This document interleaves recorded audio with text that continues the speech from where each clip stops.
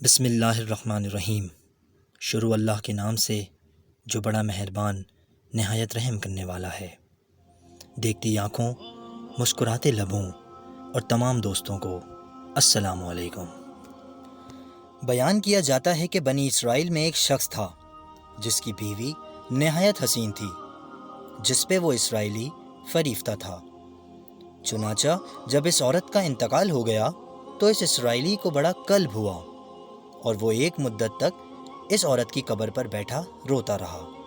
اتفاقاً حضرت عیسیٰ علیہ السلام کا ادھر سے گزر ہوا تو انہوں نے اس اسرائیلی کو پریشان دیکھ کر اس کا سبب معلوم کیا۔ جب اسرائیلی نے اپنا واقعہ بیان کیا تو حضرت عیسیٰ علیہ السلام نے دریافت فرمایا، کیا تو چاہتا ہے کہ میں اس کو تیرے لیے زندہ کر دوں؟ اس نے عرض کیا، ہاں حضور، میں یہی چاہتا ہوں۔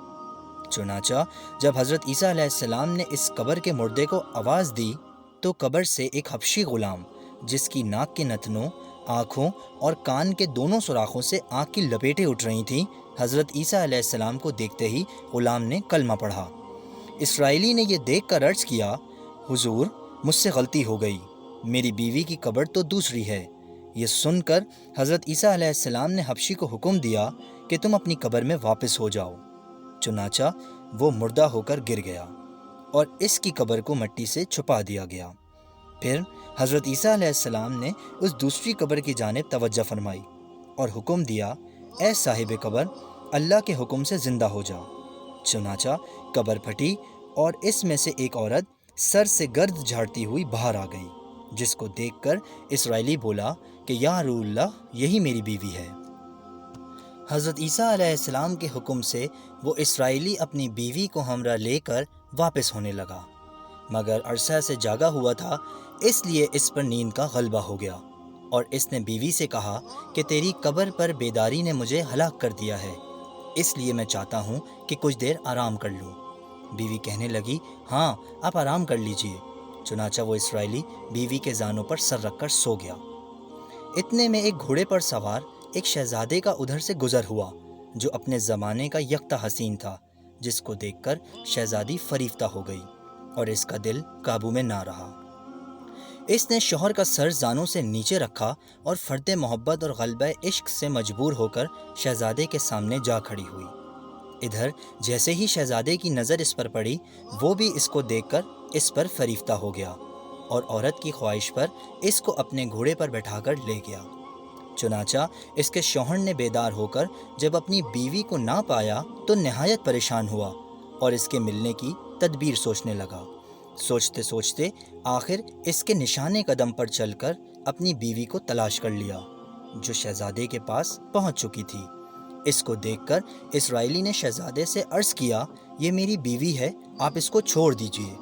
ابھی شہزادہ کچھ کہنے بھی نہ پایا تھا کہ اس عورت نے کہا، میں تیری بیوی نہیں بلکہ شہزادے کی لونڈی ہوں۔ یہ سن کر شہزادہ اسرائیلی سے کہنے لگا، کیا مجھ سے میری لونڈی کو لینا چاہتا ہے؟ اس نے کہا، خدا کی قسم، یہ میری بیوی ہے، جس کو میرے سردار حضرت عیسیٰ علیہ السلام نے مرنے کے بعد میرے لیے زندہ کیا ہے۔